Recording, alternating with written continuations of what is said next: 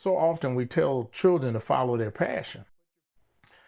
But your passion there's a difference between your passion and what you're good at doing. My passion was architecture, and I was all right. But construction, I knew I could do some things.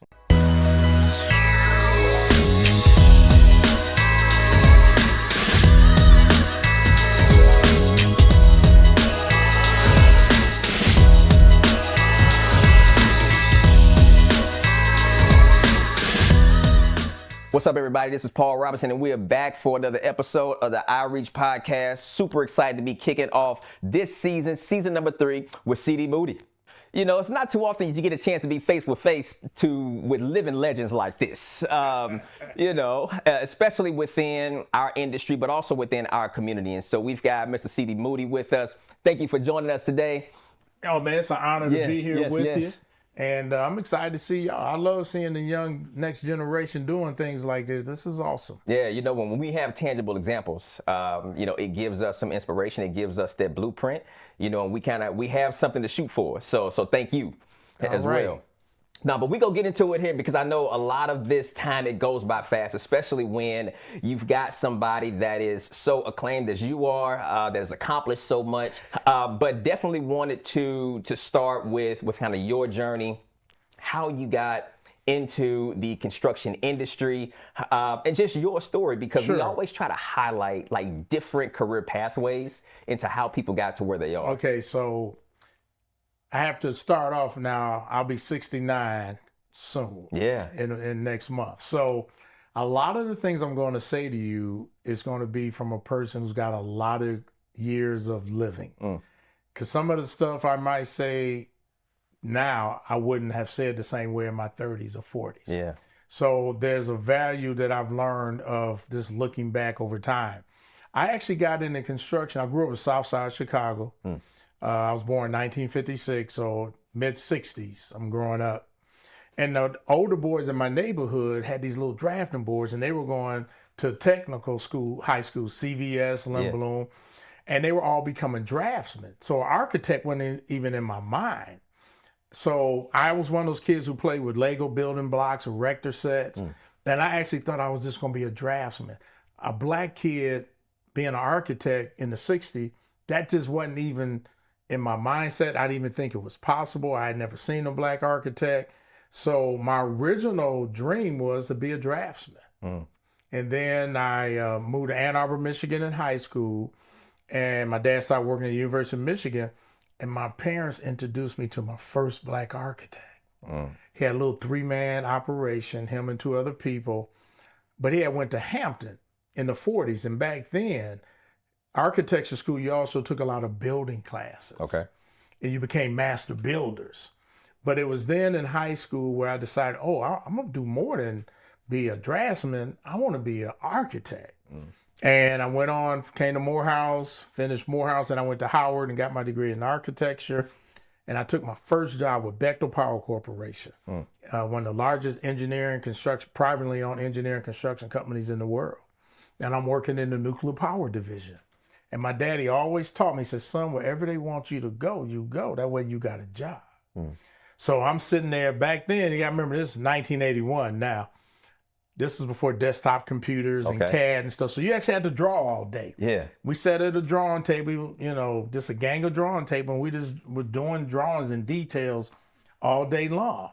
And my architect chief came down and said, hey, we need an architect to go to one of the nuclear power construction sites. And nobody raised their hand. So I raised my hand. I said, yo, I'm gone. Let's do this. Man, I got out to that construction site, that noise, the action. I said, you know what? Sitting there at the desk all day drawing. I want to build. Let somebody else do the drawing. And I made that pivot. Wow. I made the pivot from architecture to construction. And I kind of tell that story because so often we tell children to follow their passion. Yeah. But your passion there's a difference between your passion and what you're good at doing. My passion was architecture, and I was all right. But construction, I knew I could do some things. But it fit me. Yeah. Because I liked the outdoors. Okay. And every day you saw something change. Just sitting there drawing all day, I realized I never saw what I was drawing. But to be on a job site, And then watching those crafts people, man, I fell in love. I didn't pick up a pencil again after that. Wow. I stayed in the field. Really? So that's really how I got into construction. My goal was I thought I was going to be the next Frank Lloyd Wright, black version. Yeah. And I took that field assignment and I never looked back. Wow. And I don't regret it. But part of that is just being able to be available and Right. saying yes, and even at a younger age, not necessarily thinking that that opportunity couldn't be for you as well. Well, you know what's interesting, and I tell this very honestly to people. I didn't have big dreams. I mean, I grew up in the 60s. I watched the civil rights movement, watched my parents and different people just trying to get a fair shot. Yeah. And basically, my generation, we were just hoping we could get a good job. Entrepreneurship wasn't even on my horizon. My parents were educators. So that whole thing. So one of the things I try and do is really get young people to understand you got to really dream big. I exceeded my dreams 6 years into my business. Wow. Because I didn't have big dreams. I just wanted a job. I mean, I came along, the generation before me was basically, if I could get a job at the federal government, like a post office or something like that, and then retire, they had a good job. Yep. Or be a teacher somewhere where they had a pension.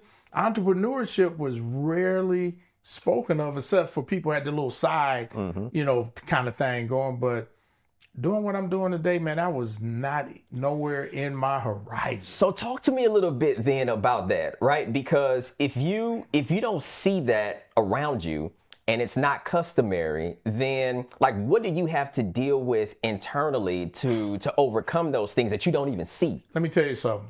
Like I told you, I'll be 69 soon. I'm just getting over some of it. One of the things that really helped me tremendously was going to Morehouse College. Okay. It's the 4th or 5th day there, coming out of football practice, and I'm going to the dorm. It's 1974, August, and this long blue convertible Eldorado just pulls in.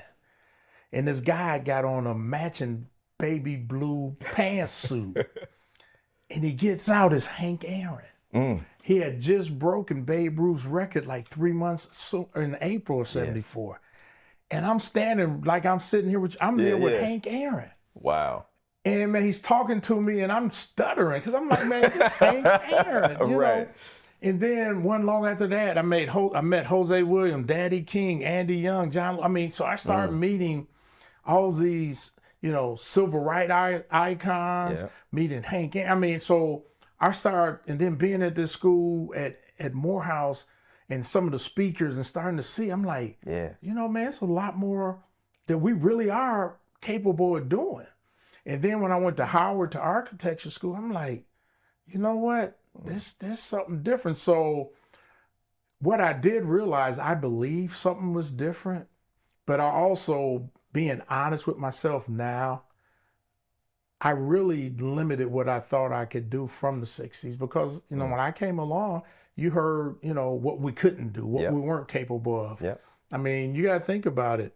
My dad in 1955 was the first black officer to lead integrated troops at Fort Davis in Panama. But when my dad got out to service, he couldn't even find a job in Chicago worth anything. Wow. And my dad's from Louisiana and Baton Rouge. And when my dad was growing up during World War II as a young teenager, his brothers were overseas fighting.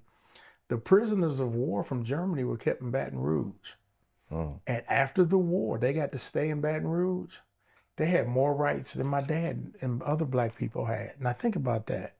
Wow. And then my wife's uncle, who's a Marine fighter pilot, he became the first black Marine pilot to go to Air Michigan National Guards and become the first black general. But he was only 3 black fighter pilots in Vietnam when he was there. Him, General Peterson, and one other gentleman.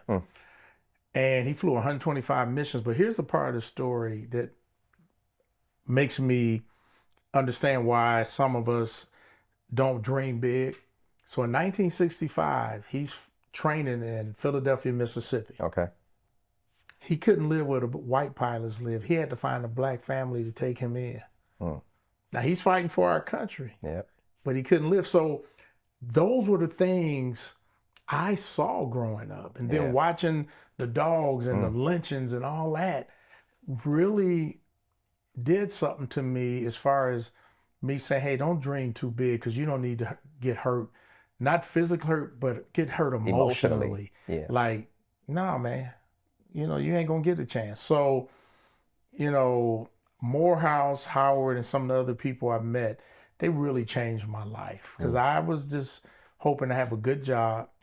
And the only dream I had of entrepreneurship in the beginning was maybe I'll have a 2 or 3 man architectural firm. That was the most I could see. And hopefully maybe one day I can make $100,000. Because you got to think, when I first started as an architect, I made $18,500 and that was a heck of a salary. Wow.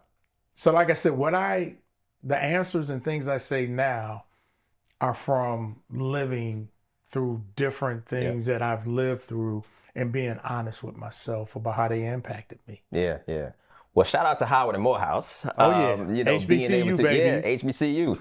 No, that's good. I mean, and thanks for leaning into that because I wanted to understand that because we have, you know, when you think about a younger generation in our community, there is a lot of times there's an external narrative about what you can be or what you cannot be based on who you are, the color of your skin, where you come from, your education level or what have you, who your parents are, you know, or the lack thereof if you didn't know your father or what have you. And so, but you have a person that is able to become something significant, you know, because I'm a firm believer we all have a purpose, you know, but a lot of times it's hard to overcome this external narrative where you hear what's being said about you or maybe where you come from, and then trying to press through that and say, no, just because there's this external narrative that somebody's trying to project on me, how do I live inside out and really lean into these aspirations that I have, the gifting that I do have, or put myself in a position that cultivates these gifts or this interest that I do have. Right. Well, you know, one of the things I think about, and I say often, we are what we see.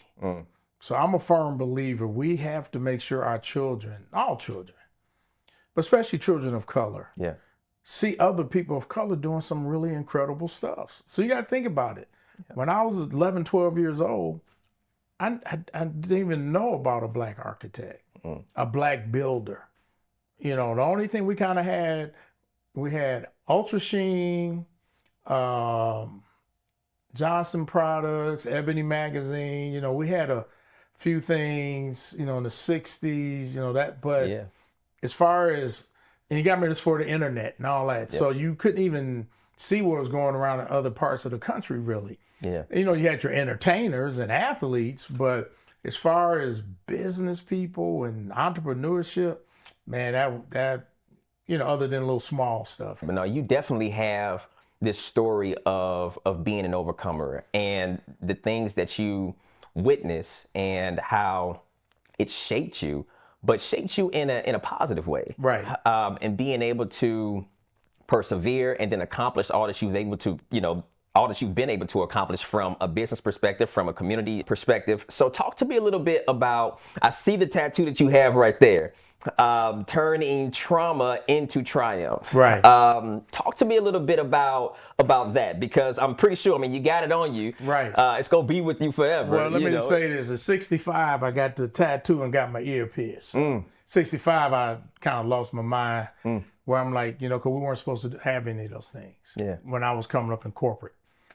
And I said, man, I always wanted the earring because Michael Jordan, you know, he was the one that made me want one. But, you know, what's interesting is our age, what we go through really impacts us.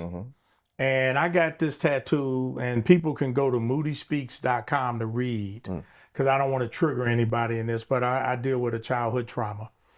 And I was able to bury it. And then 4 years into my company in 1992, I finally kind of had to start addressing it.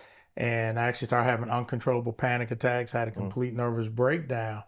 And that's actually goes into the story with Michael Jordan. A friend of mine knew Michael Jordan, and Michael Jordan was looking to invest in some companies, introduced us to his financial people, and they thought we were a good investment, and I really needed the cash. This was 91. And I got to talk with Mike. He sent me my picture autograph to Dave to the success. That's doing the first three-peat. Yeah. I mean, this one even peated, period. I don't think he hadn't made it to the championship yet. 91? Okay. Yeah, but I got the picture of him in the slam dunk contest, bent with his legs bent, flying. Yeah. And it says, to David, to the success in our contracting business, Michael Jordan. Wow. And at the last minute, I turned him down. And his money guy said, man, you're the first person to ever turn him down. Yeah. He said, I'm proud of you, but why? I said, man, I just want to see if I can beat a Michael Jordan in construction. But what it really was, when I'm honest, a couple of things. One, I didn't want to be responsible for somebody else's money.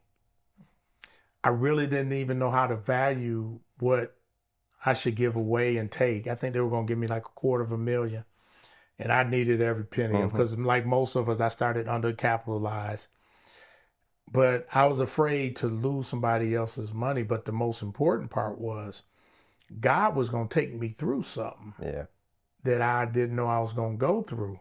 So when I started having the panic attacks about 8-9 months later after this and had a complete breakdown, I realized they might have taken my business, not in a mean way, because Mike and them were very good to me during this process.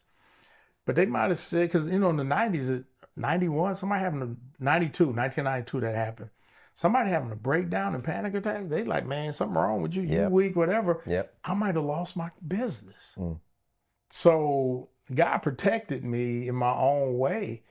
But I ain't gonna lie, sometimes I think, damn, I might have been part owner, built everything at Nike, sitting in the owner's box. But my life is incredible. One, because I survived what I went through, and then in 92. But besides God, I owe it to my wife. I mean, my wife, I always tell people, the way you know if you got the right person, when something like happened to me with the panic attacks and the breakdown, when that person runs to you and not from you. Yeah. She embraced me. She was like, hey, we're going to get through this together. And she was scared. She didn't know what was happening because we had no idea what happened to me as a child was now impacting me as 36 years old. Wow. So it was a lot of work. But even then, once we figured out what was happening, I still only did therapy for panic attacks. I still didn't get deep into the trauma until 2021, when I felt myself having kind of a breakdown again, because what we all are taught, power through, power through, power through. Yep. And that's what I did. But when you're dealing with trauma, sometimes you got to dig deep to figure out, okay, how is this really impacting me? Yeah. And finally, in 2021, I went and got a trauma therapist, and we did cognitive behavioral therapy, and that changed my life. I'll never forget the day I was in the bed in the afternoon. I was just trying to get through this, and I just started wailing. I'm talking about like in the Bible, that wailing. Yeah. I mean, I'm just crying. And my wife called my therapist and said, hey, what should I do? And he said, let him cry it out. He said, he's never cried about this. Let him finally let it all out. And then a buddy of mine's called me in 2022, said, hey, let's hike Mount Kilimanjaro. So in 2023, I hiked Kilimanjaro. I trained for a year, but I did it because hiking high altitude, I had to face a lot of my triggers. Yeah. High altitude makes you feel like you're having a panic attack, being totally disconnected, all these things. Yep. And I also did it for everybody who suffers in silence and don't think they can make it. I do a lot of the things I do, not for me, but to help others realize, regardless of what you're going through, we all will be knocked to our knees, but we're so much stronger than we realize. You will get up, don't give up, and you keep going. And also, my wife and I do a lot of stuff on social media, just kind of showing the power of love. When you got healthy love in your life, there ain't nothing you can't do. Yeah. I'm just here to tell you. I mean, I got 42 years in. I'm well trained. Yeah. I got 15 in. Man, you a baby. You ain't, I'm trying to get there. bro, you ain't even been broke in yet. I'm trying to get there. But I'm a firm believer because I've lived it. Yeah. When you have that right person Yeah. and y'all got each other's back, because I've had to lift her up in different things in different ways. We get on each other's nerves. I mean, that's just normal. But I would say out of 42 years, 98% has just been incredible. 1 or 2%, you know, just get on each other's nerves. Yeah. But it's a beautiful thing. And when I said, let's start this business, we didn't have nothing. And she said, let's go. And the other thing that's been great that made it, when I say easy for me, I didn't have a lifestyle to fulfill as far as I didn't have a material lifestyle that my wife needed or I needed. We were just like, hey, if we can just pay the bills, we're happy. In fact, I did a talk on wealth building recently. And I said, the only wealth building I had, it was in around 1991, 92, somewhere in there, 93. I told my wife, if we can just get out of debt, we'll never get back in debt. I've never had a number I had to have or, you know, multi, you know, it's all, I just wanted to be where we could pay our bills. Just want to cover everything. Yeah. Put money away and take and be there. But the other thing I had to get comfortable with, and I did a 40-day fast recently, a few months ago, because I had been beating myself up like, man, how come you don't want to be huge, like in the billions in volume? And I finally just said, man, it's okay to be comfortable with where you are. That don't mean you're not trying. And so I'm reading a book now called Small Giants. And it really helped me realize that's really what I wanted to be as a company. I didn't need to be huge.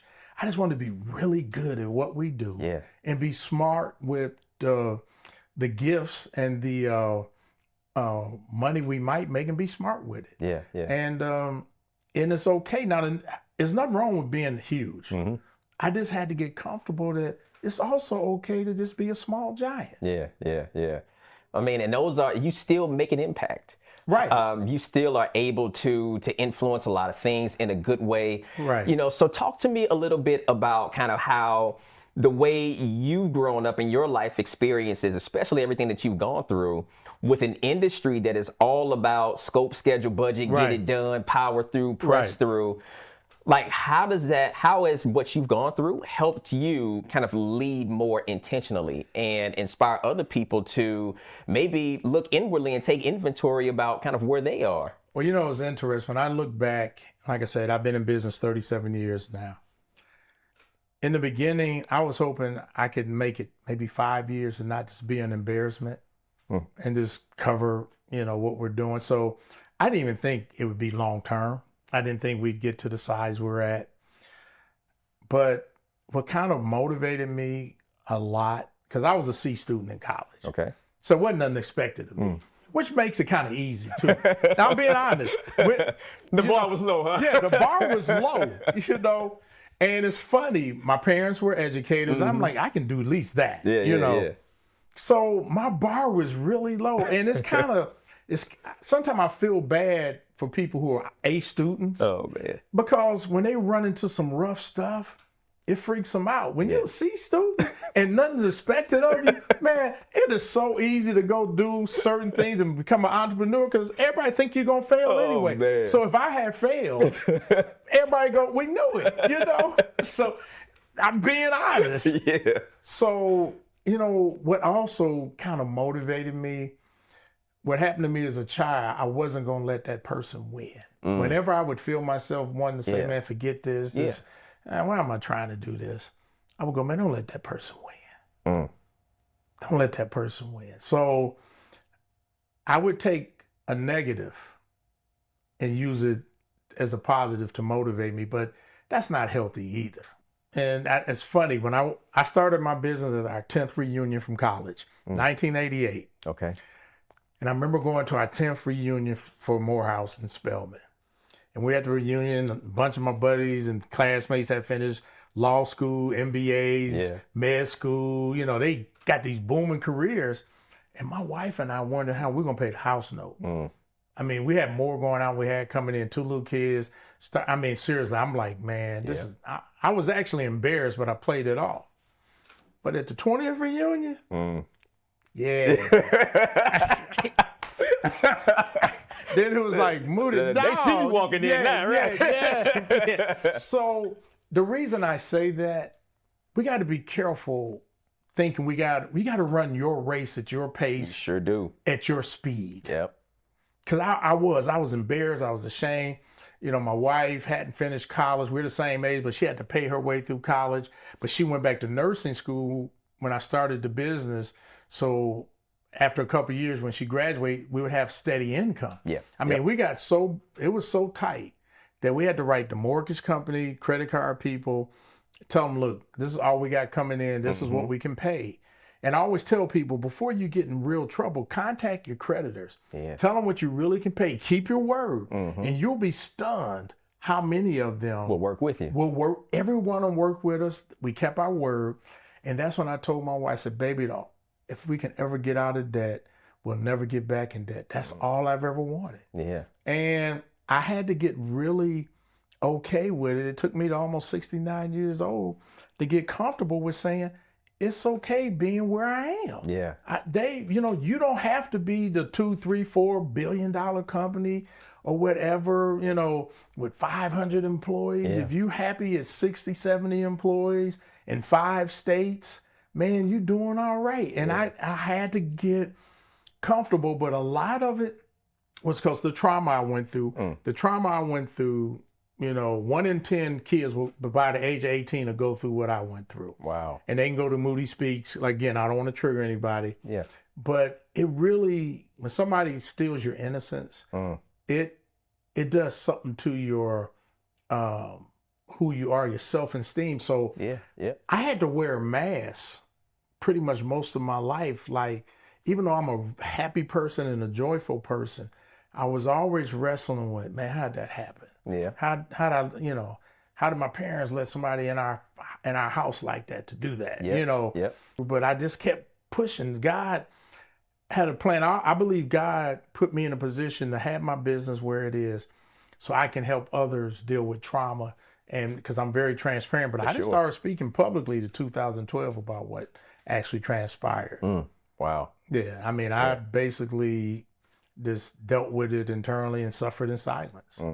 Other than my wife knowing. Yeah. And she didn't know till I started having, we had been married 10 years before she even knew what had transpired, because I kept it that buried. Wow. I had never said what happened to me publicly or privately, even to myself. Yeah. Because that's how deep you try to bury those kind of things. And it impacts performance, it impacts so much of you. And God just really blessed me, because I was able to still have love and do well, but I had an internal thing, man. Anxiety is rough. Yeah, it is. And I also speak up on this because so many people are suffering with mental health things, anxiety, you know, PTSD and different traumas. And so I speak up also to help people, tell them it's okay to get therapy, especially in our community. Yep, in our community. You know, you only went to therapy, people thought you was crazy, you know. And I'm like, nah, it's some stuff we're all dealing with. It ain't nothing wrong with having therapy, getting a therapist, and, you know, and heal yourself. Yep. No, that's good. I mean, especially for our community, because there's a stigma with that. Oh, yeah. A lot of times. I mean, I was scared to even say I got therapy for the longest. And this Child Advocacy Center asked me to be a keynote speaker. I never forget, to raise money for what they do to help children who went through what I went through. And that was the first time I ever spoke publicly. It was a sellout. And they raised the most money they had raised at that time when I spoke. But, and I'm not saying because it was me as much as I cried through the whole speech. I had never, ever spoke publicly. Yeah. And that's when I realized how traumatic what I had been through really impacted my life. But I'm thankful to my wife, and I'm thankful to God for helping me navigate this, because I gotten to know a number of men who've gone through what I went through, and women, and a lot of them, their marriages fell apart because that anxiety, breakdowns, the spouse couldn't handle it, or Yep. they just wanted to be alone. Yeah. And I'm very thankful that I've been able to maneuver and manage it to where I have, and that's why I speak up to help others as much as possible. Not just be entrepreneurs, but take care of our mental health, physical health, spiritual health, but also dream really big. Man, we are created to be incredible. Yep. But what stops us is here, right here, fear, that imaginary fear. Yeah. False evidence appearing real. Yeah. And especially that, like when I first decided to go in business, I really didn't tell anybody because, people like, man, what you doing? You ain't gonna make, man, construction, Yeah. So I just kind of didn't even really tell anybody in the beginning. Wow. And, I was out there. It's funny because in the beginning, I was in the field, and I'd come home dirty every day, hard hat and stuff. And I remember some people would look at me, like, damn, you got a college degree and look how dirty you are. And I would just kind of chuckle, I'm like, yeah, but if it works out, it's going to be all right. I'm going to be good. And so you got to run your own race. Yep. We got to be careful trying to keep up with what we think other people got. Run it your way. Yeah. Yeah. No, that's good. And I think especially for a younger generation that has grown up in a social media age where you're constantly looking at the filtered part of somebody else's journey and process, and you don't get a chance to see behind, what meets the eye from across social media. And I think it's important to understand that there's still a process, there's still a journey, and you still have to run your own race, and don't get discouraged by what somebody else is doing because you don't even know what they had to go through to get to where they are. And I try and tell people, especially young people, man, you gotta have patience. None of this happens fast. Yeah. It's patience, but I actually feel, how do I say this? Not sorry, I feel bad for young people because technology is good, but it also gives a false, narration of a lot of stuff, and you're kind of buying into it. But more importantly, to me, it took away the art of imagination. Wow. I remember growing up, man, I'd lay on the grass and look at the clouds and create stories of the clouds and wondering what it was like and waiting for my Boy Scout Boys Life magazine to come every month and read the stories about going to field, hiking, and because I loved outdoors. And today, a kid, all you got to do is punch it in and here's videos of it and all that. And I wonder how much does that hurt in having an imagination. And often I'll ask a young person, what's your dreams? And so many of them tell me they don't have a dream. Wow. And that scares me. Yeah. Because when I say it scares me, I'm like, that was what kept me going, was dreaming I could do something. I could be something. I could create envisioning something. this preferred future. Yeah. One of the things in all my posts, I always put dream big and never give up, because that's what saved me. Was that even though I went through the trauma I went through and wondering could I make it, and the financial issues, trying to make it and turning down Michael Jordan, man, I had something inside of me. And I thank God that despite what I went through, the trauma, because I've met a number of people where they never recovered. They just kind of floundered through life because they were just so broken and they just couldn't get through it. But man, I had a dream. I just, there's more for me. I'm capable. But at the same time, I would limit my dream. So that's why I'm hoping the next generation who runs my company, if they want to go huge, go, knock yourself out. Yeah. But also, I think I'd limit some of what I thought professionally and entrepreneurial, because I wanted to also be an incredible father and husband. I never wanted my children to hate the company because daddy was always gone. Yeah. Because there's a price you pay to go to a certain size, and I just didn't want to pay that price. Yeah. My family, and when you start off broke, having just a few dollars is enough. Yeah. So I'm probably not the right person to talk to about, man, you got to go big. Even though I believe you should. But it's at the expense of what? But I asked the guy the other day, I said, he wants to really build his business. I said, you got to ask yourself, what quality of life do you want? And to go to that next level, how much of that do you have to give up? Because to get to certain sizes, you got to put tons of hours, be on that plane, traveling, risk. I didn't mind the risk I had, but I don't need a crazy amount of risk. But the other thing is, 37 years, what I'm most proud about, never missed a payroll, never late with a payroll. And again, this is God, because how I made payroll every time, when I barely had enough and I turned out Michael Jordan's investment when I needed it, how I made it. But then we got to Olympic Stadium about, after I had my breakdown, and within 8 months later, we won the Olympic Stadium in a joint venture. Wow. And that was the project that I said, man, I think you can do this. When we finished that in 96. In the 90s, I said, man, I think I can do this. I was been in business 8 years in, and that was the turning point where I said, you know what? You might make it more than 10 years. So, and then I had to get careful at about year 20. Okay. Where we're doing pretty good. And then you start playing prevent defense, which is, I just don't want to lose what I've built, And when you start playing soft defense, you actually start losing. And what happens in most football games in prevent defense? They team score. Right. You might as well keep the pressure on. Yeah, right. You might as well keep that pressure on. Yeah, you start playing not to lose, and you end up losing. So, and that happens in business. Yeah. Especially entrepreneurship, when you broke and struggle, and then you make a few dollars, now you start getting to where, man, I just don't want to screw up and give it all away or mess it up.